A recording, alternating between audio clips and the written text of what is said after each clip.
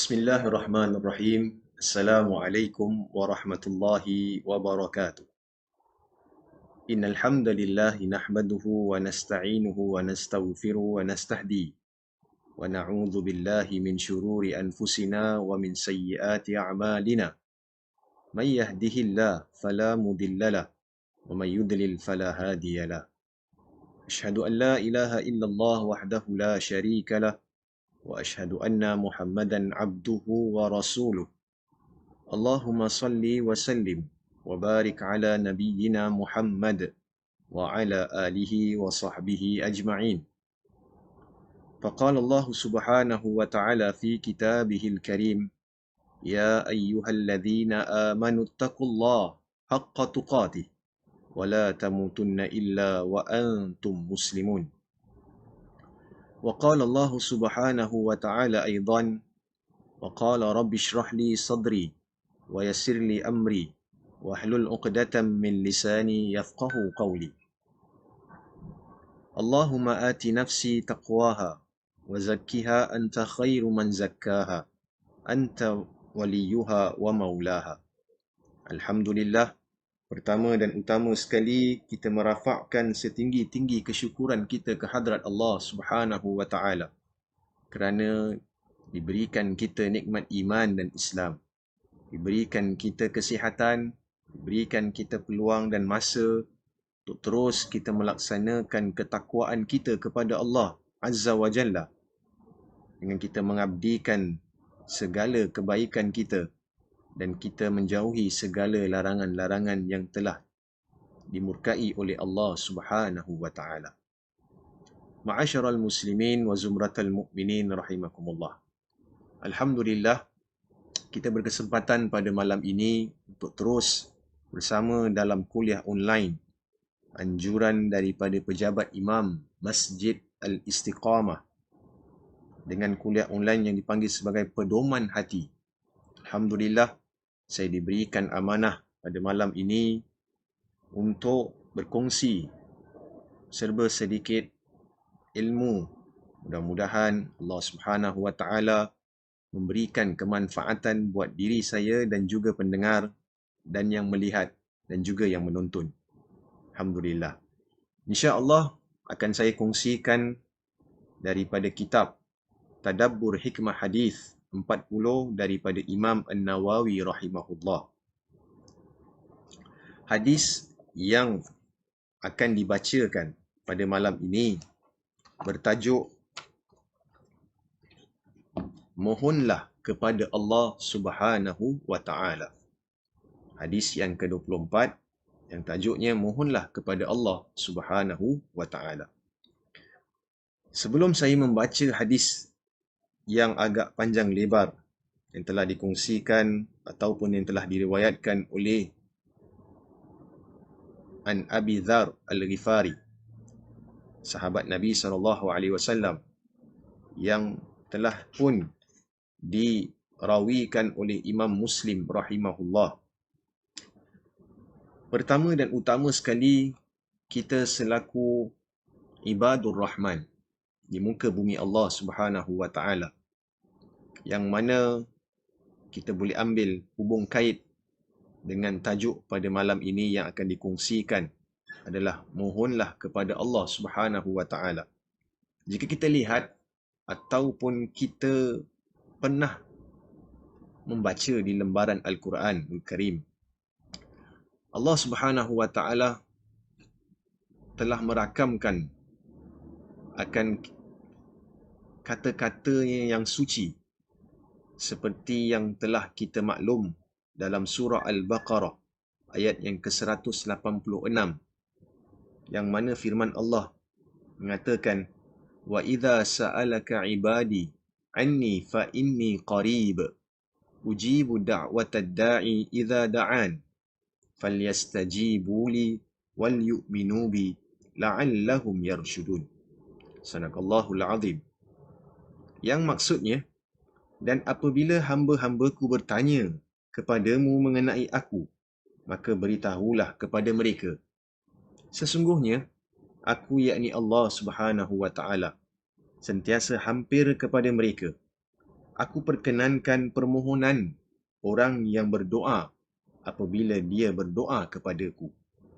Maka hendaklah mereka menyahut seruanku dengan mematuhi perintahku. Dan hendaklah mereka beriman kepadaku supaya mereka menjadi baik serta betul. Muslimin muslimat yang dirahmati Allah Subhanahu wa taala. Jika kita lihat selaku kita ibadur rahman, seperti mana yang saya katakan pada awal tadi, kita berada di muka bumi Allah Subhanahu wa taala, hendaklah kita memohon kepada Allah Subhanahu wa taala secara langsung. Maksudnya apabila kita mohon kepada Allah Subhanahu wa taala, pasti dan benar akan diperkenankan oleh Allah Subhanahu wa taala. Kerana itulah permintaan yang diminta dan dikatakan yang terakam di dalam Al-Quranul Karim, yang mana Allah tidak pernah dusta akan kata-katanya. Jadi daripada itu, hadis yang ke-24 ini menceritakan tentang selaku kita sebagai hamba-hamba kepada Allah Subhanahu wa taala, janganlah kita tidak meminta ataupun memohon kepada Allah Subhanahu wa taala. Janganlah kita memohon dan meminta kepada selain daripada Allah Subhanahu wa taala. Hadis yang ke-24 daripada kitab Tadabbur Hikmal Hadis 40 Imam An-Nawawi. Hadis ini amat panjang seperti saya beritahu. Kalau sekiranya muslimin muslimat rahimakumullah yang mempunyai kitab hadis karangan 40 Imam An-Nawawi, hadis ini yang berbunyi an Abi Dzarrin Al-Ghifar radhiyallahu anhu anin Nabi sallallahu alaihi wasallam fima yarwihi an rabbih tabaraka wa ta'ala annahu qala ya ibadi inni haramtu dhulma ala nafsi wa ja'altahu bainakum muharraman fala tadhalamu ya ibadi kullukum dhallun illa man hadaita fastahduni ahdikum ya ibadi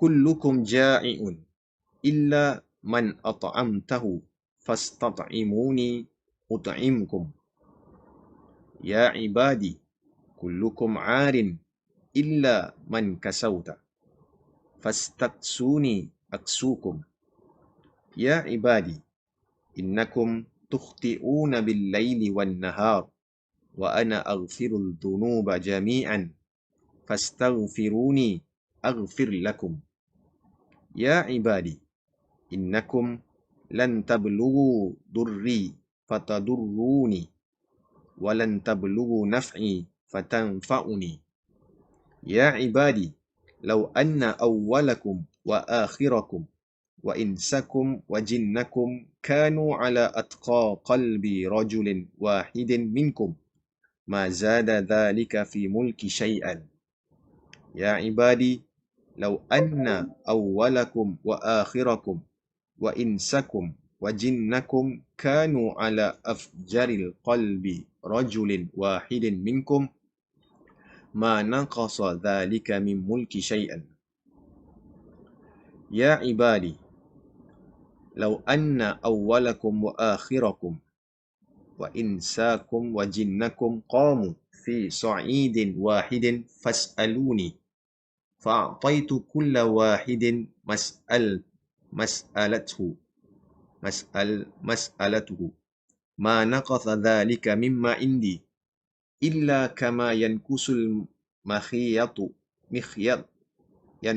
mikhyatu idza udkhila al-bahr ya ibadi innama hiya a'malukum usiha lakum thumma waffikum iyyaha faman wajada khairan falyahmad faman wajada khairan falyahmadillah wa man wajada ghaira dhalika fala yaluman illa nafsah. Rawahu Imam Muslim rahimahullah. Daripada Abi Dzar Al-Ghifari radhiyallahu anhu, daripada Nabi SAW, yang mana Nabi meriwayatkan daripada Tuhannya, sesungguhnya Allah Subhanahu wa taala berfirman, yang ini hadis kursi, yang mana kalam daripada Allah dan diriwayatkan oleh Nabi SAW, yang mana dalam hadis ini yang dikatakan, ya ibadi, wahai hambaku, inni haramtu zulma ala nafsi, sesungguhnya aku mengharamkan kezaliman di atas diriku, wa ja'altahu bainakum muharraman fala tadhalamu, dan aku menjadikan kezaliman itu juga haram ke atas diri kamu, maka jangan kamu melakukan kezaliman. Seterusnya, ya ibadi, kullukum dallun illa man hadaita fastahduni ahdikum. Wahai hambaku, setiap daripada kamu adalah sesat kecuali mereka yang aku berikan hidayah, maka mintalah hidayah daripadaku, akan aku beri hidayah kepada kamu. Ya ibadi, kullukum ja'i'un illa man at'amtuhu fasta'imuni ut'imkum. Wahai hamba-hambaku, setiap daripada kamu adalah lapar kecuali orang akan aku berikan makan kepadanya, maka mintalah kepada aku makanan, aku akan berikan kepada kamu. Jadi pada malam ini insya-Allah akan saya sentuhkan 3 aspek di dalam hadis ini. Yang pertama berkenaan tentang Allah Subhanahu wa taala mengharamkan kezaliman. Kemudian Allah Subhanahu wa taala juga mengatakan bahawasanya kita ni adalah sesat dan Allah mampu memberikan hidayah kepada sesiapa sahaja. Dan kita juga memohon hidayah daripada Allah Subhanahu wa taala, yakni petunjuk. Dan yang ketiga, di dalam hadis ini mengatakan kita ini memerlukan makan dan meminta rezeki, dan mintalah kepada Allah Subhanahu wa taala rezeki itu. Jadi muslimin muslimat yang dirahmati Allah Subhanahu wa taala, seperti mana di dalam hadis ini mengatakan Allah Subhanahu wa taala mengharamkan kezaliman ke atas diriku, dan aku juga menjadikan kezaliman adalah haram ke atas diri kamu. Janganlah kita melakukan kezaliman. Maksudnya kita tak boleh melakukan kezaliman ke atas diri kita, apatah lagi ke terhadap orang-orang yang lain, ataupun hamba-hamba Allah yang lain, ataupun makhluk-makhluk Allah yang lain. Ini yang dilarang sama sekali daripada Allah Subhanahu wa taala. Kita tidak boleh melakukan kezaliman, kita tidak boleh melakukan satu perkara yang boleh mengakibatkan satu perkara yang mana Allah Subhanahu wa taala benci akan perbuatan kita. Kemudian kita juga senantiasa meminta dan mengharapkan petunjuk daripada Allah Subhanahu wa taala, yang mana setiap kali kita melafazkan di dalam surah Al-Fatihah kita, tunjukkanlah aku jalan yang lurus, ihdinas siratal mustaqim. Walaupun setiap kali kita lafazkan sebanyak 17 kali dalam sehari, tetapi kadang-kadang hati kita ini, jiwa kita ini kadang-kadang berbolak balik. Kadang-kadang kita ini, iman kita naik dan iman kita turun. Jadi kita minta dan kita memerlukan petunjuk dan hidayah daripada Allah Subhanahu wa taala.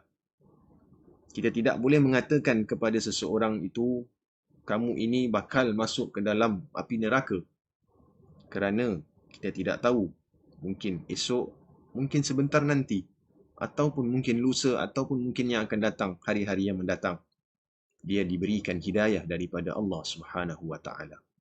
Kita perlu berdoa dan terus mendoakan akan kebaikan, akan kelebihan, akan kekuasaan, dan mudah-mudahan rahmat Allah Subhanahu wa taala senantiasa diberikan ke atas hamba-hambanya yang mungkin belum dapat lagi hidayah.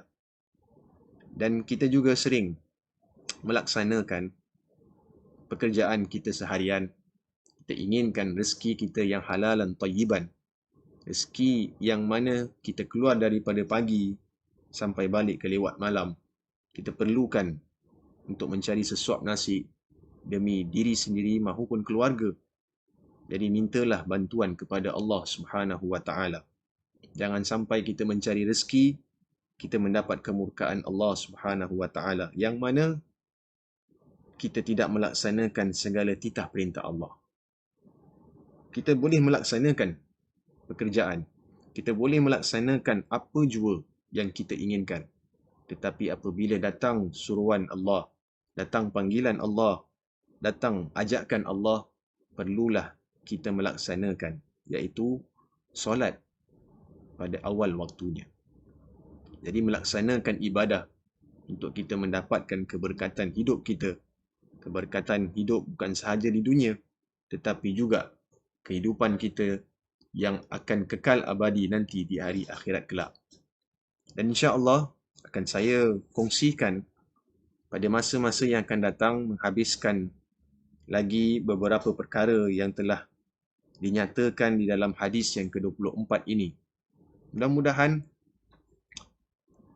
3 perkara yang tadi diutarakan ataupun dikongsikan, yang mana kalau boleh saya ulang semula berkenaan tentang janganlah kita menzalimi diri kita sendiri maupun menzalimi orang lain.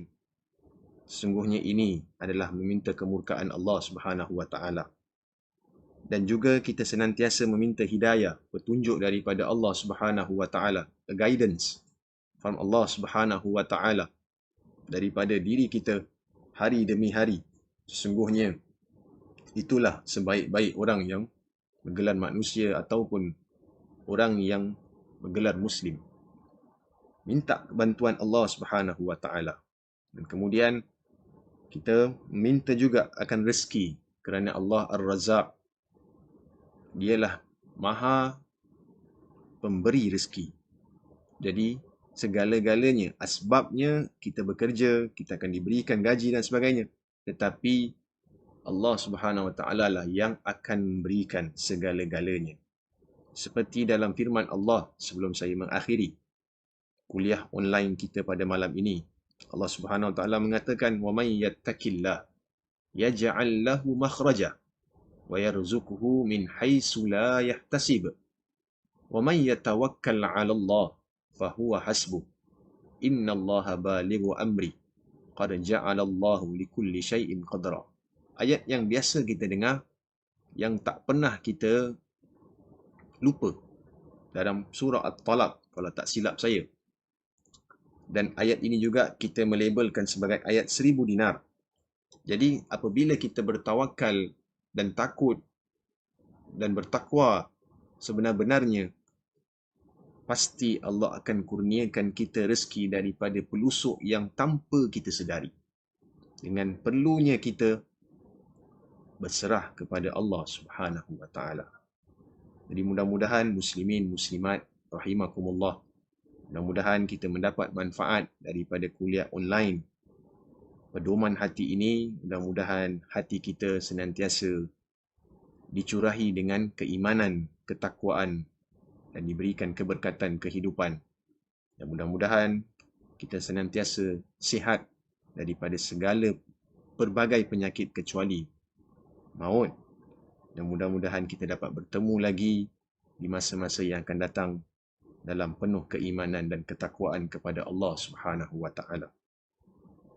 Subhanakallahumma wa bihamdik, asyhadu an la ilaha illa anta, astaghfiruka wa atubu ilaik.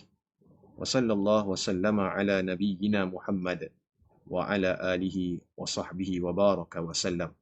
Alhamdulillahi rabbil alamin. Wassalamu alaikum warahmatullahi wabarakatuh. Terima kasih.